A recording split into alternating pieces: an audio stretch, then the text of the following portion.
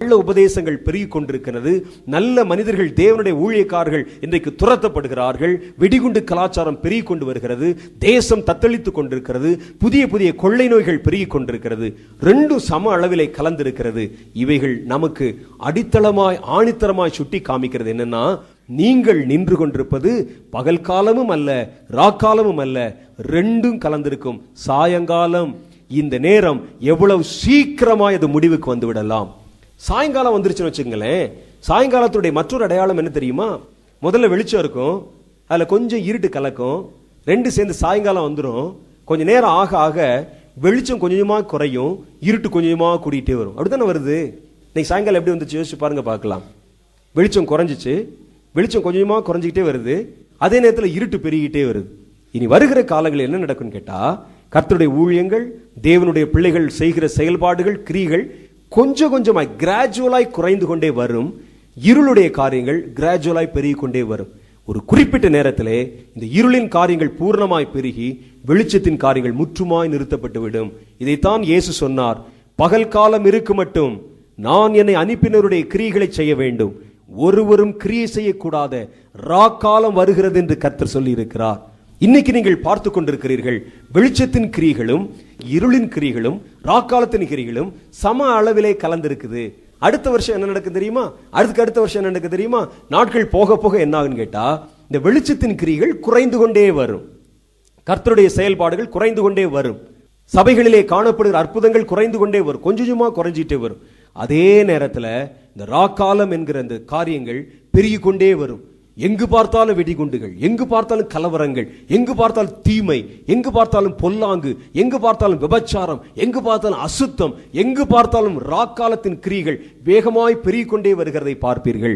இந்த அடையாளம் வந்துச்சுன்னா ஒரு குறிப்பிட்ட சூழ்நிலையிலே முழுவதுமாய் கர்த்தருடைய காரியங்களை அவைகள் மேற்கொண்டு விட்டு முழு இருள் கவிய ஆரம்பித்து விடும். அந்த நேரத்தில் தான் ஒருவரும் கிரியை செய்யக்கூடாத பெரிய ராக்காலம் வருகிறது என்று கர்த்தர் சொல்லுகிறார். இந்த கடைசி காலங்களில் ராக்காலத்தில் நடக்கக்கூடிய பல சம்பவங்களை தேவனுடைய வேத வசனம் திட்டமும் தெளிவுமா சொல்லுகிறது. ராக்காலம்னா என்னன்னு நமக்கு தெரியும். வெளிச்சம் இல்லாத இருட்டு சூழ்ந்த ஒரு நேரத்துக்கு பேர் ராக்காலம். ஆனா இயேசுநாதர் சொல்லுகிற இந்த ராக்காலம் என்றால் அது எப்படி இருக்கும் என்கிற அடையாளம் நாம் தெரிந்து கொள்ள வேண்டாமா? ராக்காலத்தை குறித்து வேதாகமம் பல இடங்களில் நமக்கு சுட்டி காண்பிக்கிறது. அதிலே தாவீது ராஜா சங்கீத புஸ்தகம் 91:4 சொல்கிறார், இரவில் உண்டாகும் பயங்கரத்துக்கும் என்று எழுதியிருக்கிறார். 91:5 சொல்கிறார், இருளில் நடமாடும் கொள்ளை நோய்க்கும் என்று எழுதியிருக்கிறார். இரவு என்றாலே பயங்கரங்கள் அரங்கேறுகிற காலம். அப்ப இனி கர்த்தர் சொல்லுகிற வேதாமத்தில் சொல்லி இருக்கிற இந்த ராக்காலம் என்றால் வசனம் கிடைக்காத காலம் மாத்திரம் இல்ல, பயங்கரங்கள் அரங்கேறுகிற காலம். எங்கு பார்த்தாலும் பயங்கரவாதங்கள் கட்டவிழ்த்து விடப்படுகிற ஒரு கொடிய காலம் வருகிறதா. அந்த காலத்துல மரணம் என்பது சர்வசாதாரணமாய் மாறி போய்விடும். ஒரு காலத்துல சாவுன்னு சொன்னா பயந்து நடி, அப்படி இல்ல. மரணம் என்பது எங்க பார்த்தாலும் மாஸ் டெத்னு சொல்றாங்களே, கூட்டம் கூட்டமான மரணம் எல்லா இடங்களிலும் சம்பவிக்க துவங்கிவிடும். மிகப்பெரிய பேரழிவுகள் உண்டாக ஆரம்பித்து விடும். வேதத்திலே ராக்காலத்தில் உண்டாகக்கூடிய மகா பெரிய உயிர் சேதங்களை குறித்து 3 நிகழ்ச்சிகளை வேத வசனம் சொல்லுகிறதை பார்க்கிறோம். வெளிப்படுத்தின விசேஷம் 6வது அதிகாரம் 8வது வசனத்தை எடுத்து வாசிச்சு பார்த்தீங்கன்னா, யோவான் தேவனுடைய தரிசனத்தை காண்கிறார். பத்மு என்ற ஒரு தீவிலே நாடு கடத்தப்பட்ட ஒரு நிலையிலே யோவான் தேவ தரிசனங்களை பார்க்க ஆரம்பிக்கிறார். அவர் சொல்றார் அந்த இடத்துல, நான் பார்த்த பொழுது மங்கின நிறமுள்ள ஒரு குதிரையின் மேல் ஏறி இருந்தவனை கண்டேன், அதன் மேல் ஏறி இருந்தவனுக்கு மரணம் என்று பெயர். அந்த வசனத்தை அப்படி பின்னால வாசிட்டே வந்தீங்கன்னா அதோடைய விளைவு என்ன சொல்லுதுன்னா, பூமியிலே 1/4 மனிதர்களை கொலை செய்யும் அதிகாரம் அந்த குதிரையில் ஏறி இருந்தவனுக்கு கொடுக்கப்பட்டது. இனி இந்த மரணத்தின் மூலம், பெரிய பெரிய மரணத்தின் மூலம் பூமியிலே 1/4 மனிதர்கள் மரிச்சு போவாங்களாம். பூமியில 4 1 1/4 மனிதர்கள் மரிச்சு போவாங்களாம். இந்தியாவில் 100 கோடி ஜனங்கள் இருந்தா 25 கோடி ஜனங்கள் செத்து போவாங்களாம். Mass death. எப்படி இருக்கும் பாருங்களேன். 4 பேர்ல ஒரு ஆள் செத்து போனா அந்த செத்து போகிற ஆள்ல நிச்சயமாய் நமக்கு தெரிஞ்ச யாராவது ஆளுக்கு இருக்கத்தான் செய்வாங்க. நம்முடைய உறவினர்கள் யாராவது 4ல் 1 போயிடும். 4ல் 1 மரணம் அடைவார்கள். இது கர்த்தர் சொல்லி இருக்கிறார். வெளிப்படுத்தின விசேஷம் 9வது அதிகாரம் 14வது வசனத்தை நீங்க எடுத்து படிச்சு பார்த்தா அதுல மற்றொரு பயங்கரத்தை குறித்து கர்த்தர் சொல்லுகிறார். எக்காலத்தை பிடித்திருந்த 6ஆம் தூதனை நோக்கி ஐப்ராத் என்னும் நதி அண்டையிலே கட்டப்பட்டிருக்கிற 4 தூதர்களை குறித்து வேத வசனத்திலே இங்க நமக்கு சுட்டி காட்டப்படுது. அதை எடுத்து வாசிச்சு பாருங்க. ரொம்ப பயங்கரமா போட்டிருக்கும் ஒரு காரியம், சம்பவம். எக்காலத்தை பிடித்திருந்த 6ஆம் தூதனை நோக்கி ஐப்ராத் என்னும் பெரிய நதியண்டையில் கட்டப்பட்டிருக்கிற 4 தூதர்களையும் அவிழ்த்து விடு என்று சொல்ல கேட்டேன்.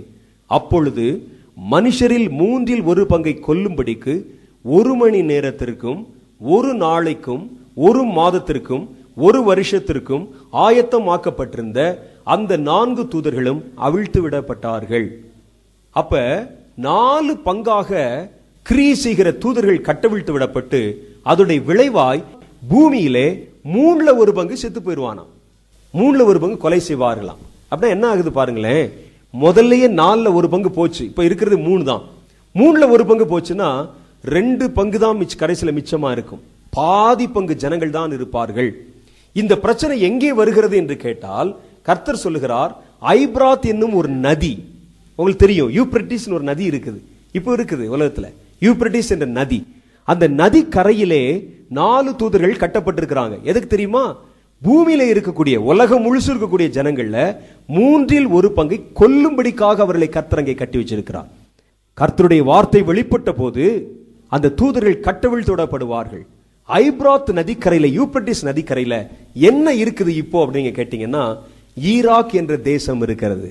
இந்த தேசம் தான் ஐப்ராத் நதிக்கரையில இருக்குது. இந்த தேசத்திலிருந்து ஒரு பொல்லாங்கு எழும்ப போகிறது சீக்கிரமா. இந்த தேசத்துக்கு கீழே கர்த்தர் 4 மரண தூதர்களை கட்டி வச்சிருக்கிறாராம். அப்படின்னா என்ன தெரியுமா?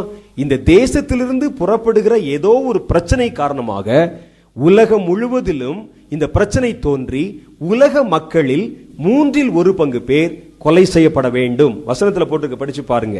ஐப்ராத் நதிக்கரையிலே வைக்கப்பட்டிருக்கிறார். உலக மக்கள்ல ஒரு தேசத்துக்குள்ளே வர்ற ஒரு பிரச்சனையில உலக மனிதர்கள் பல இடங்களில் தேசத்தில் இருக்கிற ஜனங்கள் எப்படி ஒரு தேசத்திலே தோன்ற பிரச்சனையினால பாதிக்கப்பட முடியும் அப்படிங்கிற கேள்வி உங்களுக்கு எழுந்திருக்கலாம். ஆனா நீங்க ஒரு காரியத்தை யோசிச்சு பார்க்கணும். ஈராக் தேசத்துல தான் உலகத்தின் பல நாடுகளில் இருக்கக்கூடிய மனிதர்கள் வேலைக்காக போய் அங்கே தங்கி இருக்கிறாங்க. தெரியுமா? ஈராக் தேசத்துல, ஈரான், ஈராக், மத்திய கிழக்கு நாடுகள்ல, இஸ்லாமிய கண்ட்ரிகள்ல தான் உலகத்தினுடைய பல தேசங்கள் இருக்கிற மனிதர்கள் அங்கே போய் தங்கி இருக்கிறாங்க. ஒருவேளை உங்கள் உறவினர்கள் கூட 10 பேர் அங்க போய் வேலை செய்து கொண்டிருக்கலாம். அவர்களுக்கு தெரியாது, அவருடைய காலுக்கு கீழே பெரிய ஆபத்தை கர்த்தர் கட்டி வைத்திருக்கிறார். அந்த தூதர்கள் கட்டவிழ்த்து விடப்படும் பொழுது அங்கே தோன்றுகிற ஒரு பயங்கரத்தின் மூலமாக மனிதர்களில் 1/3 பங்கை கொலை செய்யும்படிக்காக, உலக மனிதரில் 1/3 பங்கை கொலை செய்யும்படிக்கான பெரிய பிரச்சனை ஈராக் தேசத்திலிருந்து தோன்றும் என்று வேதம் சொல்லுகிறது. நான் சொல்லல, பைபிள் சொல்லுது. அதற்கு ஏற்ற விதத்திலே அங்கே தோன்றுகிற பிரச்சனையிலே சிக்கிக் கொள்வதற்கு என்று ஏராளமான ஜனங்கள், எல்லா நாட்டு ஜனங்களும் ஈராக் தேசத்திலே குடியிருக்கிறார்கள். அங்கே வேலைக்கு போயிருக்கிறாங்க. இந்தியால இருந்து பல பேர் போயிருக்கிறாங்க. மத்திய கிழக்கு நாடுகளில் நல்ல சம்பளம் கிடைக்குதுன்னு போயிருக்கிறாங்க. மத்திய கிழக்கு நாடுகளில் தொழில் செய்வதற்கு போயிருக்கிறாங்க. எண்ணெய் வளம் உள்ள அந்த பூமிக்கு போயிருக்கிறாங்க. பல இடங்களிலிருந்து 100கணக்கான ஜனங்கள் அங்கே வேலைக்கு போயிருக்கிறார்கள். அவர்களுக்கு தெரியாது, இங்கே கீழே ஒரு பெரிய பிரச்சனை கட்டப்பட்டிருக்கிறது. அந்த குறிப்பிட்ட காலம் வரும் பொழுது அந்த தூதர்கள் கட்டவிழ்க்கப்பட்டால் 1/3 பங்கு ஜனங்களை கொலை செய்யும்படிக்கான அதிகாரம் அவர்களுக்கு கொடுக்கப்படும். உள்ள போய் மாட்டிட்டா என்ன நடக்கும் யோசிச்சு பாருங்க. அந்த தேசத்துல இப்பொழுது பிரச்சனைகள் துளிர்விட ஆரம்பித்திருக்கின்றன. ஒரு பெரிய பிரச்சனை ஈராக்கை மையமாய் வைத்து புறப்படும் என்று வேத வசனம் தெளிவாய் சொல்லி இருக்கிறது. இந்த பிரச்சனையுடைய விளைவு என்னன்னு கேட்டீங்கன்னா, மனுஷர்ல 1/3 பங்கு மனிதர்கள் கொலை செய்யப்படுவார்கள். அந்த பயங்கரம் தோன்றுவதற்கு வருகிறது என்று கர்த்தருடைய வேதம் சொல்லுது. அடுத்து கடைசியில ஒரு காரியத்தை சொல்றார். வெளிப்படுத்தின விசேஷம் 8வது அதிகாரம் 11வது வசனத்துல